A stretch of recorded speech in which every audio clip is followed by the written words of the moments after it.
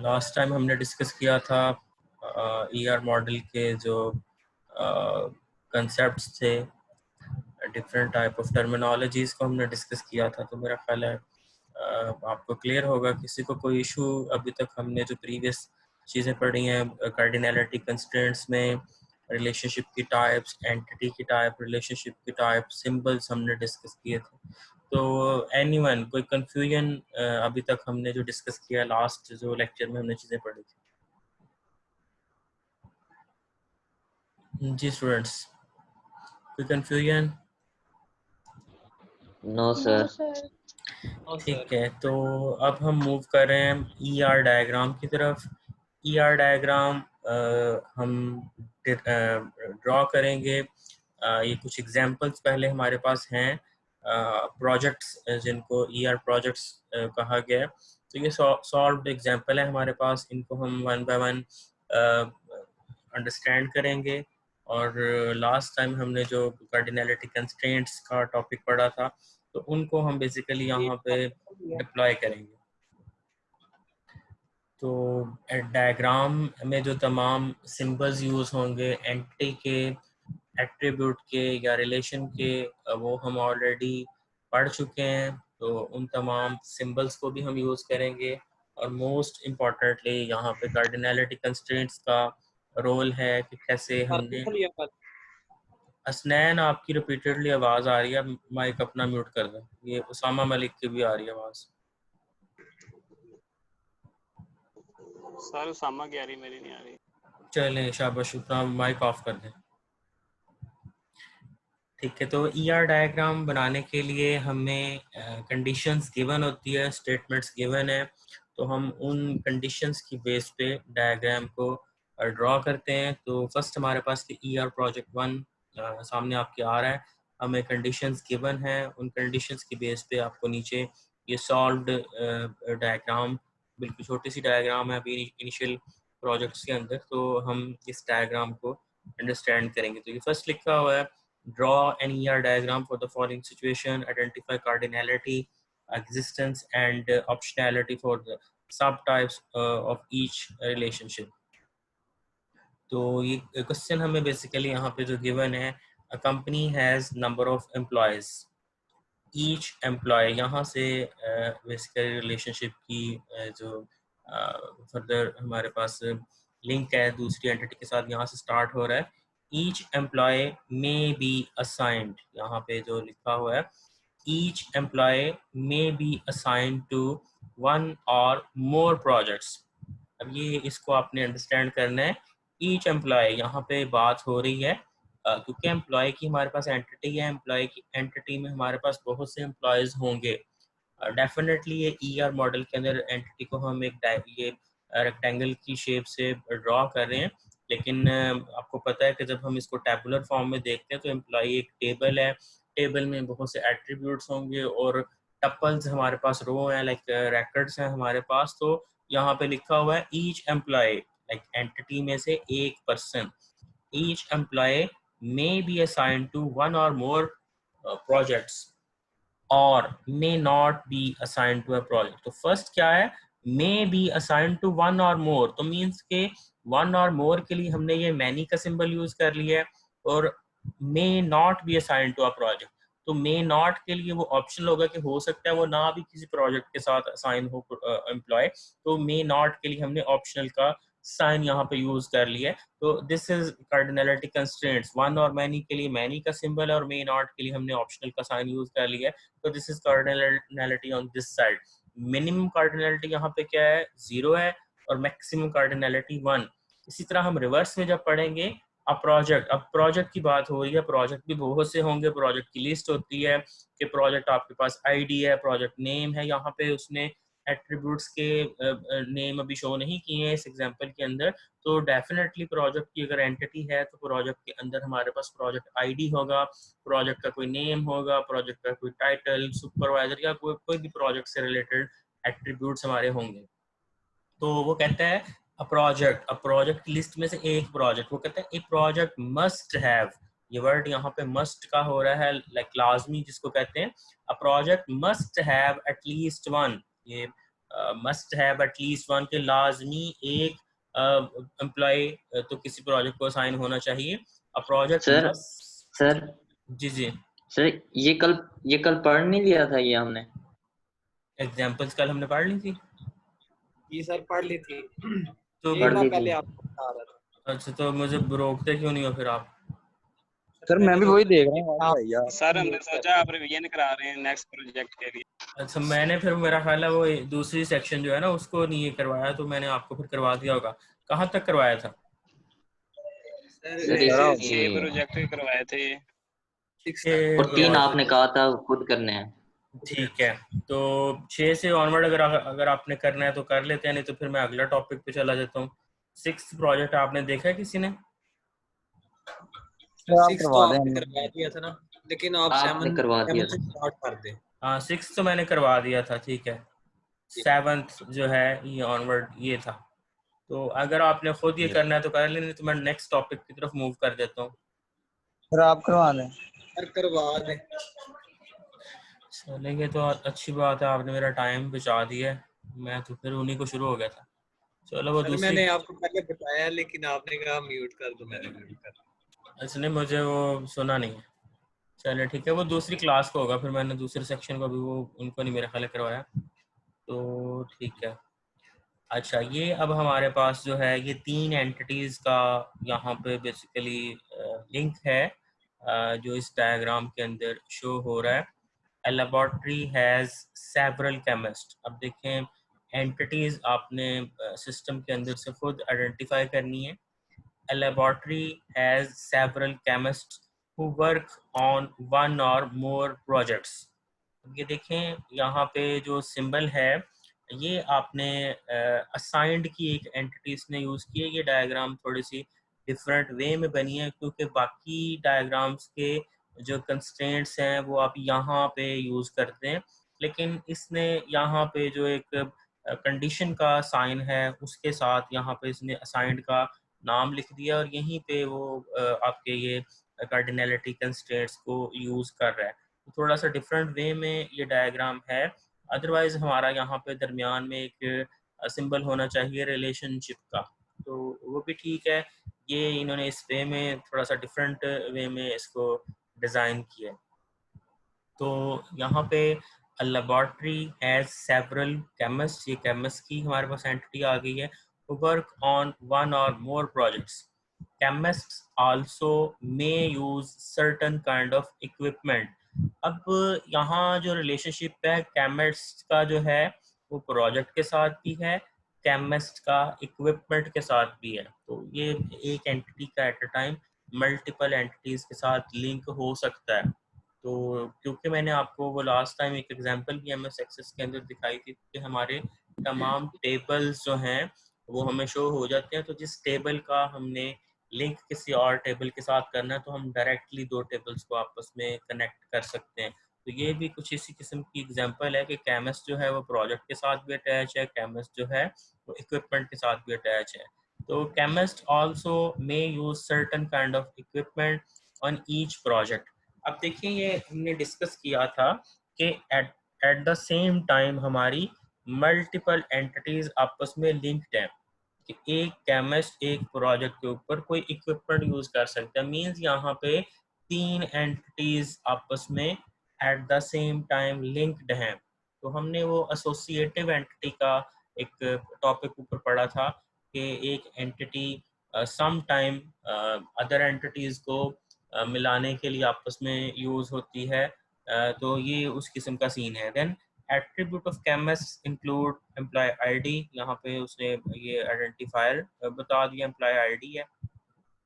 Name and phone number ये उसके attribute है। Attribute of project include project ID जो आइडेंटिफायर है, और स्टार्ट डेट इसका है।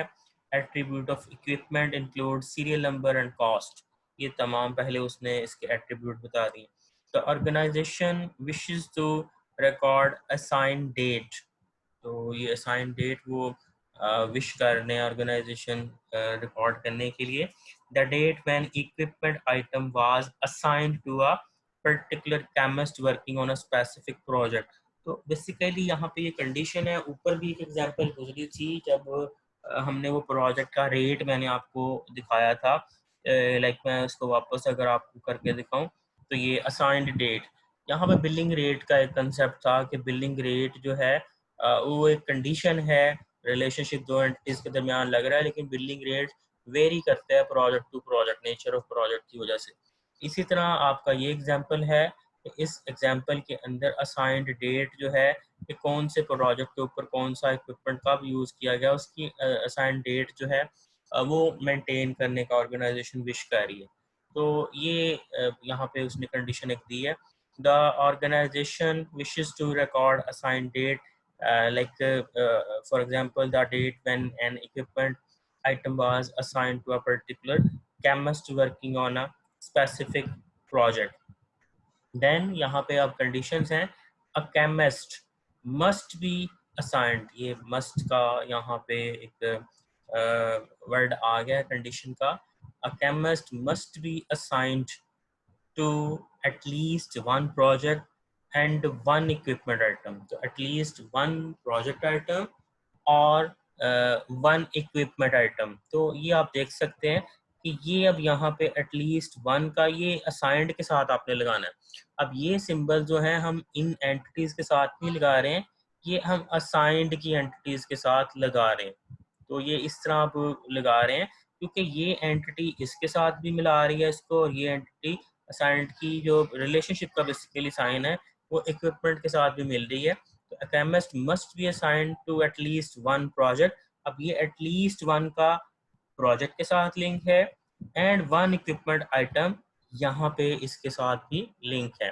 देन एन इक्विपमेंट आइटम, अब इसकी बात हो रही है, equipment item need not to be assigned and a given project. अब ये नॉट का यहाँ पे ज़रूरत नहीं है कि वो किसी केमिस्ट के साथ या प्रोजेक्ट के साथ असाइन हो।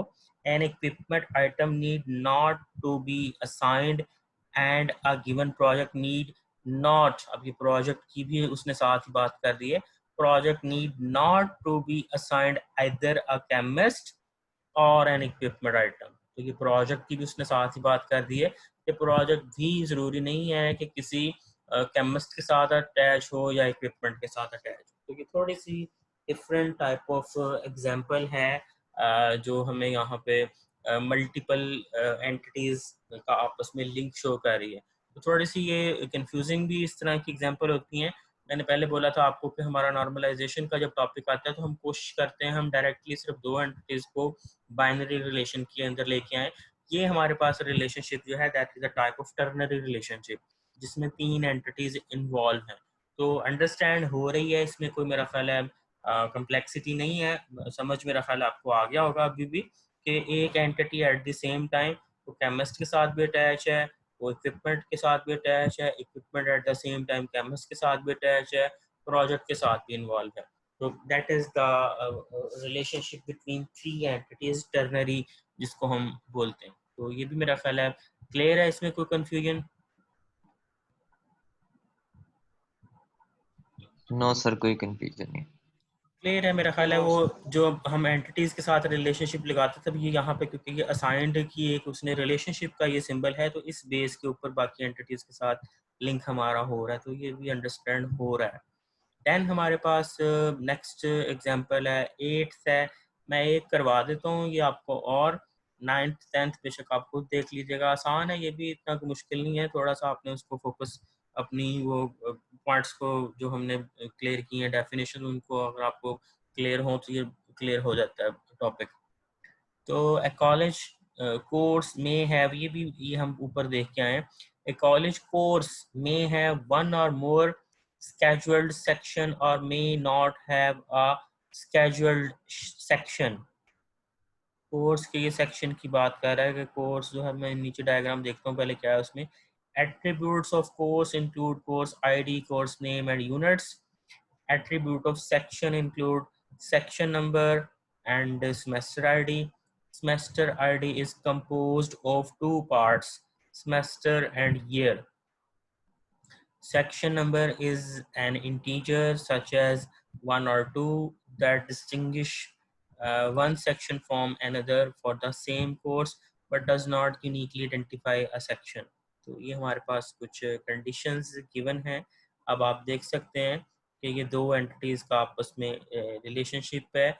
अब पहली कंडीशन क्या थी जो उसने दी हुई थी, a course, a college course may have one or more scheduled section, may have one or more scheduled section। अब ये scheduled की यहाँ पे एक उसने यहाँ पे रिलेशनशिप का एक जो डबल लाइन साइन, ये कौन सा होता है डबल लाइन रिलेशनशिप का साइन?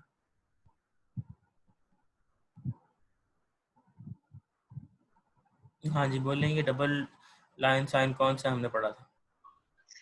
ऐसे वीक वीक आता था इसके नेम में, ऐसे ही कुछ करके था। नहीं, वीक एंटिटी थी और नहीं, मैंडेटरी नहीं है ये। वीक एंटिटी हमने पढ़ा था डबल लाइन के साथ, वो वीक यस सर। एंटिटी होती है।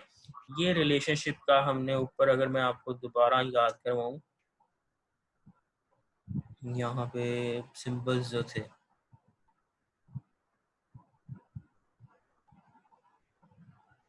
ये देखिए आइडेंटिफाइंग रिलेशनशिप है कि दो चीज़ों के दरमियान रिलेशनशिप डिफाइन करने के लिए ये आइडेंटिफाइंग रिलेशनशिप की हमारे पास एक रिप्रेजेंटेशन है। तो इस एग्जाम्पल के अंदर हमारे पास कोर्सेज का और सेक्शंस का बेसिकली इंटरेक्शन है। ठीक है, तो इसको हम देखते हैं कि अ कॉलेज कोर्स में हैव वन और मोर। तो वन हमारे पास लाजमी हो गया, और मोर स्केड्यूल्ड कोर्स सेक्शंस, देन और may not have a scheduled section. तो जहाँ पे उसने मे नॉट की बात कर दी है, पहले तो वो कह रहा है मे हैव वन और मोर, देन वो मे नॉट का जब साइनिंग उसने यूज किया है तो वो यहाँ पे फिर ऑप्शनल केस में आ गया। देन हमारे पास यहाँ पे अदर है, जो दूसरा उसने यहाँ पे कंडीशन क्या बताई है,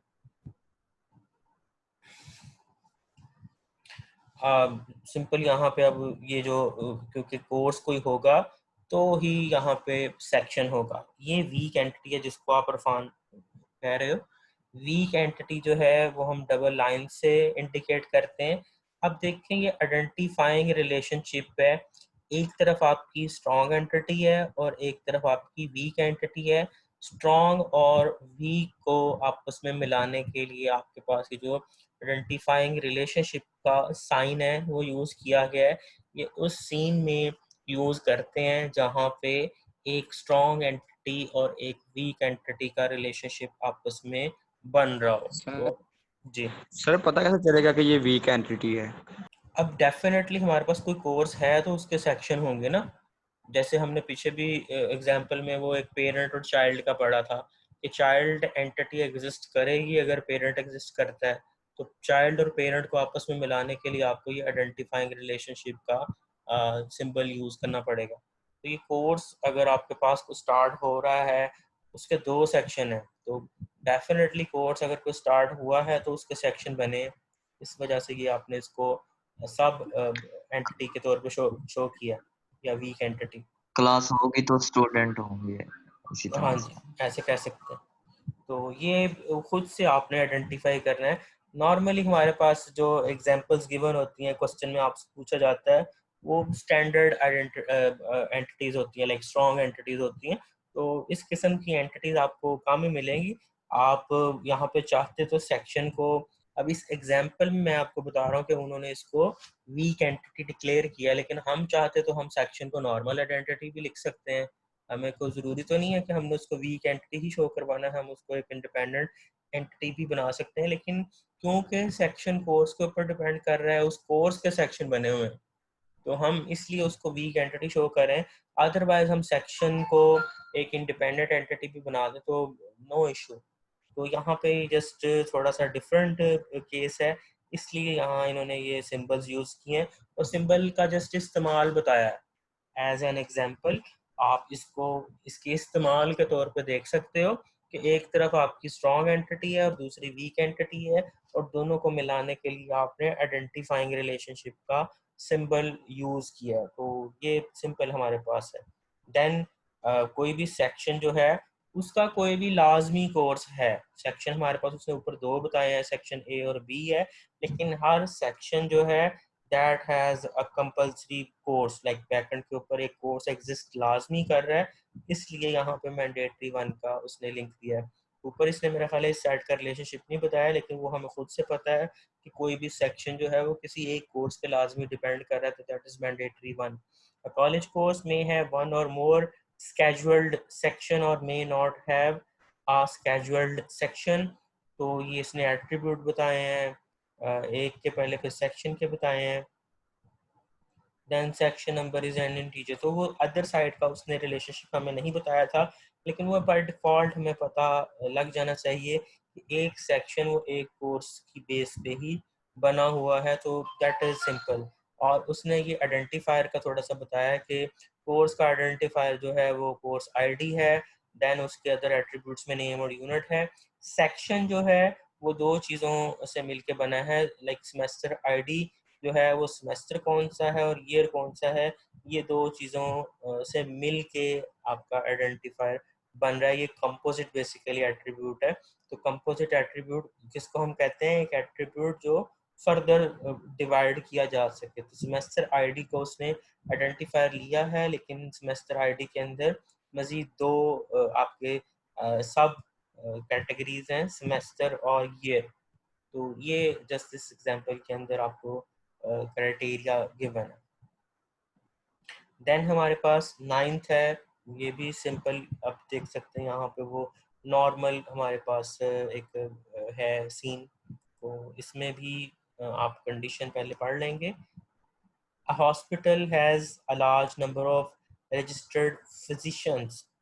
एट्रीब्यूट ऑफ फिजिशियंस जो है इंक्लूड फिजिशियन आईडी आइडेंटिफायर है, एंड स्पेशलिटी, ये देख सकते हैं आप फिजिशियन है, इसका फिजिशियन आईडी आइडेंटिफायर है, और फिजिशियन की कोई भी स्पेशलिटी होगी।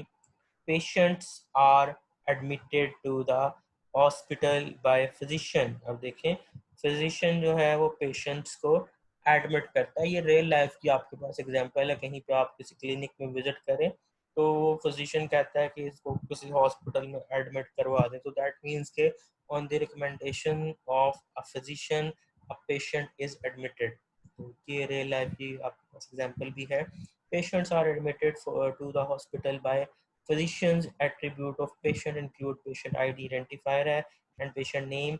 any admitted patient must have exactly one admitted physician। तो ये यहाँ पे इसने डायरेक्टली हमें रिलेशनशिप भी बता दिया है कि any admitted patient, admitted patient कौन सा है, यहाँ से कोई होगा।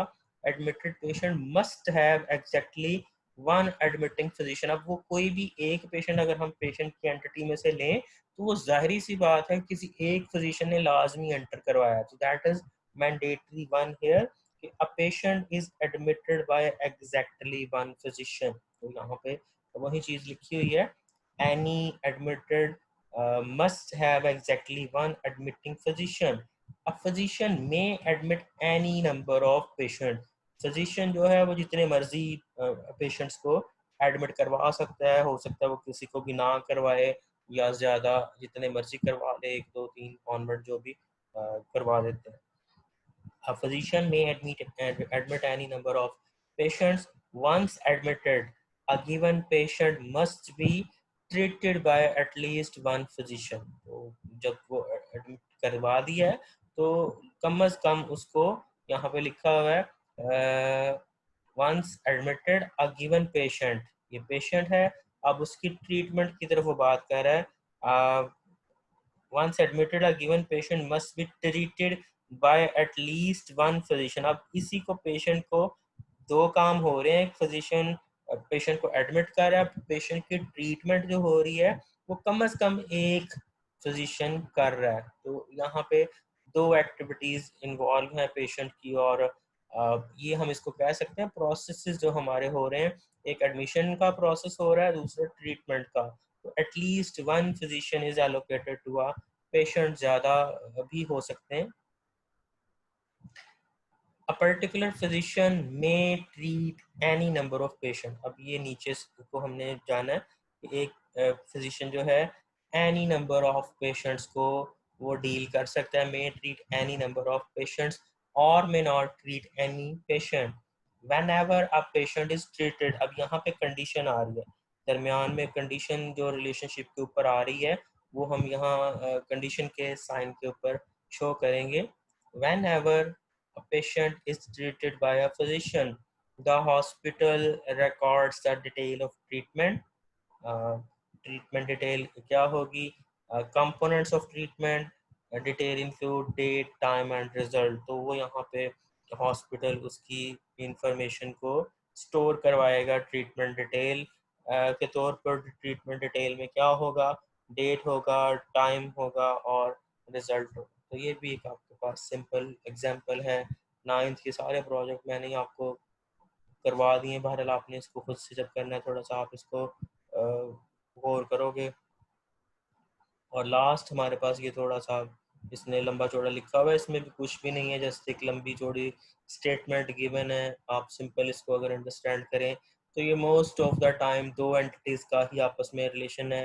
Like employee manages sale officer, sale office is managed by employee और employee is assigned to sale office. तो ये ज़्यादातर यहाँ पे सिंपल एक्टिविटीज़ ही हैं। सेल ऑफिस जो है वो प्रॉपर्टी का काम कर रहा है, यहाँ पे ये रिलेशनशिप दोनों के दरमियान है। इसी तरह आपके पास जो है वो अदर साइड पे प्रॉपर्टी और owner, properties owned by owner. तो ये लाइक दो चीज़ों का ही यहाँ पे रिलेशनशिप है। रिलेशनशिप में आपने इम्पॉर्टेंट चीज़ है कार्डिनैलिटी कंस्ट्रेंट्स कैसे अप्लाई करने हैं, और बाकी हर एंटिटी के साथ जो उसके एट्रीब्यूट हैं वो अटैच है। तो बहुत सी जगहों पे आपने देखा होगा कंपोजिट एट्रीब्यूट यूज़ किया गया, जैसे यहाँ पे प्रॉपर्टी की लोकेशन है और लोकेशन के अंदर उसकी कंपोजिट लाइक लोकेशन को आपने फर्दर डिवाइड किया हुआ है। Address, city, state and zip code के अंदर प्रॉपर्टी आईडी उसका एट्रीब्यूट है। इसी तरह सेल्स ऑफिस पे सिंपल एट्रीब्यूट है। तो ये एक लाइक आपके पास सिंपल एग्जांपल है। ये इसने ऊपर जो चीज़ें आपको क्लियर की हुई हैं, एक लंबी चौड़ी स्टेटमेंट जस्ट शो किया, अदरवाइज इसमें कोई खास फर्क नहीं है ऊपर वाली एग्जांपल में और इसमें। Prepare an ER diagram for the real estate firm that lists property for sale. Also prepare a definition of each entity type, attribute and relation. The firm has number of sale offices in several states. Attribute of sale office ये हैं, each sale office is assigned to one or more. तो like कि आप खुद से पढ़ सकते हैं, आसान है थोड़ा सा, इसको पढ़ के आप क्लियर कर लेना। तो जब मैं आपसे पूछूंगा एग्जांपल तो कोई भी रियल लाइफ का आपका प्रोजेक्ट होगा, उसमें एंटिटीज एग्जिस्ट कर रही होंगी और एंटिटीज को आपस में लिंक करवाने के लिए आपको एक कंडीशन बताई जाएगी और उस कंडीशन की बेस पे आप डायग्राम को डिज़ाइन करोगे।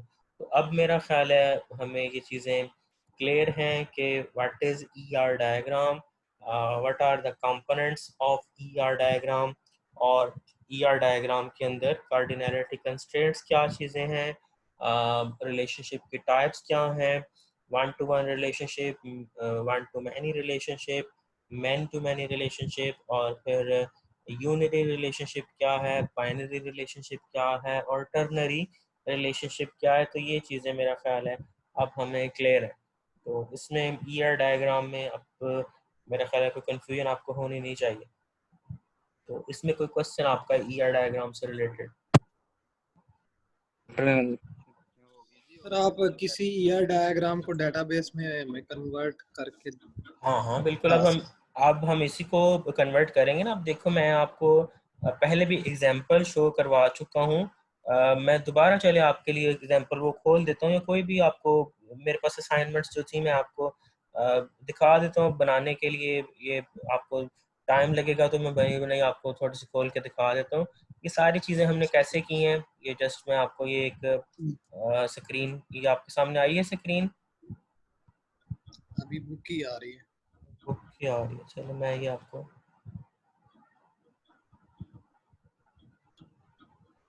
ठीक है। तो ये एक मैंने MS एक्सेस की फाइल ओपन की है। यहाँ पे आप एक्सटर्नल डेटाबेस टूल और रिलेशनशिप, ये रिलेशनशिप लगे हुए हैं। अब देखिए यहाँ पे ये जो रिलेशनशिप है ये ऑटोमेटिकली लगते हैं। ये आप देखें कि 1 to 1 या 1 to many या many to many।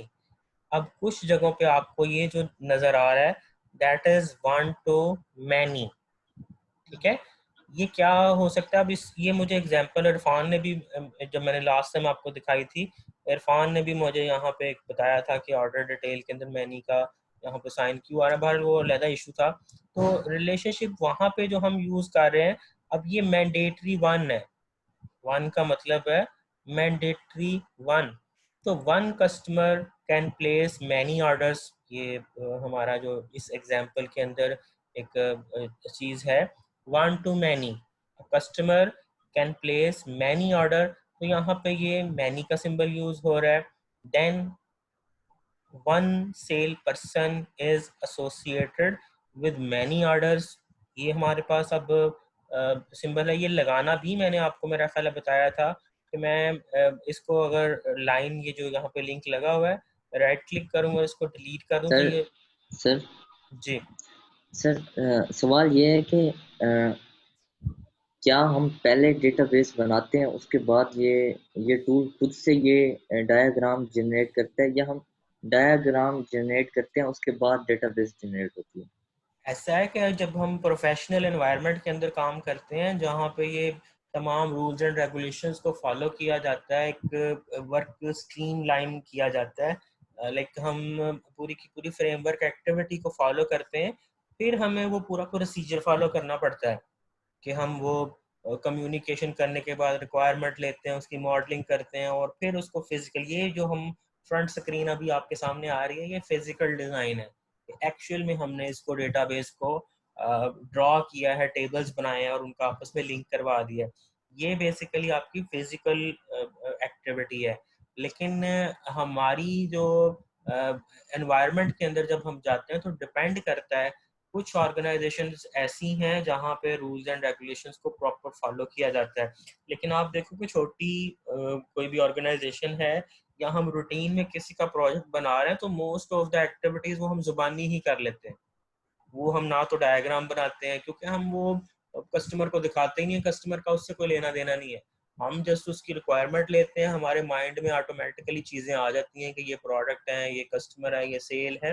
तो हम काम रिपीटेडली कर करके इतने एक्सपर्ट हो जाते हैं कि हमें वो सम टाइम डायग्राम हम बनाते ही नहीं है, हमारे माइंड में स्केच होता है। हमने जस्ट ये काम करना है कि हमने टेबल क्रिएट किए हैं, ये जो आपके सामने ये टेबल्स आ रहे हैं, हमने टेबल बनाए हैं, डिफरेंट टेबल्स बना के और हमने उनको आपस में लिंक करवा दिया, ये हमारा काम खत्म हो गया। तो diagram banana that is a logical modelling. तो ये हमारा जैसे सब्जेक्ट की रिक्वायरमेंट है कि हमने काम इस वे में करना है, क्योंकि जब तक हमारे पास डायग्राम्स नहीं है हम ये काम नहीं कर सकते हैं। लेकिन जब आप एक्सपर्ट लेवल पे चले जाते हो तो आपको फिर वो अंदाज़ा इतना हो जाता है कि आप डायग्राम भी नहीं बनाते हो या आप खुद से काम कर लेते हो। तो ये चीज़ें ज़रूरी हैं। सम टाइम आपने चीज़ों को ट्रबल शूट करना है या आपने देखना है कि डायग्राम डेटाबेस आपकी कैसे बनी है, तो वो फिर आपके पास प्रीवियस डायग्राम्स आपको हेल्प आउट करती हैं। तो ये चीज़ें सब ज़रूरी हैं, डायग्राम बनाना ये सारा ज़रूरी है। लेकिन हम जब रियल लाइफ में प्रोजेक्ट्स पे काम करते हैं तो सम टाइम हम ये सारे काम नहीं करते हैं, लेकिन मोस्ट ऑफ द टाइम हमें ज़रूरत पड़ती है कि हमने क्या क्या काम करना है। ठीक है, और कुछ? तो नो सर। ये रिलेशनशिप लगाने की मैं आपको बता रहा था कि आपने रिलेशनशिप लगाना कैसे है। आ, ये अभी हमारा एक नेक्स्ट चैप्टर जो हम स्टार्ट करेंगे वहाँ पे भी ये सारी चीज़ें अगेन आएंगी कि रेफरेंशियल इंटेग्रिटी क्या होती हैं, कीज़ क्या होती हैं, कीज़ की टाइप्स क्या हैं, तो वो यहाँ पे यूज़ हो रही हैं। वो भी हम टॉपिक पढ़ लेंगे तो वो हमें हेल्प करेंगी ये चीज़ डिफ़ाइन करने में। तो रिलेशनशिप लगाने के लिए मैंने पहले भी बताया था कि दो टेबल्स को जिनको आपने आपस में कनेक्ट करना है, there must be common attribute. यहाँ पे भी कस्टमर आईडी है, यहाँ पे भी कस्टमर आईडी है, लेकिन यहाँ पे इन्होंने मिस्टेक किया है कि कस्टमर आईडी को यहाँ पे इन्होंने कस्टमर पूरा लिख दिया है। होना ये चाहिए कि यहाँ पे भी जैसे CUST ID है, यहाँ पे भी CUST ID होना चाहिए था, लेकिन काम ये कर रहा है। सेम सेम आइडेंटिफायर होना चाहिए। हाँ जी, सेम नेम और सेम उसकी डेटा टाइप होनी चाहिए। तो यहाँ पे इसको आइडेंटिफायर क्यों नहीं रखा गया है? क्योंकि हमें पता है कि एक कस्टमर बहुत से ऑर्डर्स प्लेस कर सकता है। अब ऑर्डर रिपीट नहीं होने चाहिए, इसलिए ऑर्डर आईडी को आइडेंटिफायर रखा है। और कस्टमर आईडी यहाँ पे क्यों लिखा गया है? किस कस्टमर ने ऑर्डर प्लेस किया है। तो हम कहते हैं कि एक कस्टमर बहुत से ऑर्डर प्लेस कर सकता है। आप किसी भी शॉप पे जाते हैं, आपका कस्टमर आईडी है, आप बहुत से ऑर्डर्स प्लेस कर सकते हैं। तो मीन्स यहाँ पे कस्टमर आईडी को हमें की बनाने की जरूरत नहीं है, क्योंकि ये रिपीट हो सकते हैं। लेकिन एक ऑर्डर एक दफ़ा ही होता है, तो वो ऑर्डर नंबर कोई भी होगा, उसमें किसने ऑर्डर किया है कोई मैटर नहीं है, लेकिन ऑर्डर आईडी एक ही होगा। तो इसलिए हम ऑर्डर आईडी को प्राइमरी की रखेंगे। कस्टमर आईडी को हम क्योंकि कस्टमर बहुत से ऑर्डर कर सकता है, इसलिए हमने इसको नहीं रखा। जैसे ही हमने इसको मूव किया है, लाइक मैं इसको रिमूव कर देता हूँ, टेबल मेरे पास ओपन है और टाइम भी ये लास्ट मिनट चल रहा है, किसी भी टाइम ये सेशन क्लोज हो जाएगा। तो इसके फ़ौरन बाद हम नेक्स्ट सेशन भी स्टार्ट करते हैं, उसमें फिर फर्दर हम देखते हैं हमने क्या करना है। ये लास्ट मिनट चल रहा है, किसी भी टाइम एंड हो जाएगा। तो मैं लिंक सेंड करता हूँ, आप दोबारा ज्वाइन करेंगे। इसको मैंने डिलीट कर दिया है, यस डिलीटेड। कस्टमर आईडी को उठा के आपने कस्टमर आईडी के ऊपर लेके आना है। दो जो सेम एट्रीब्यूट है, इसको आप ये फर्दर चीज़ें हमें थोड़ी सी ये नेक्स्ट चैप्टर में हम पढ़ेंगे कि रेफरेंशियल इंटेग्रिटी क्या होती है। बाकी 1 to 1 ये 1 to many ऑटोमेटिकली। अब देखिए 1 to many क्यों हुआ है? एक साइड पे ये कस्टमर आईडी प्राइमरी की था, अदर साइड पे प्राइमरी की नहीं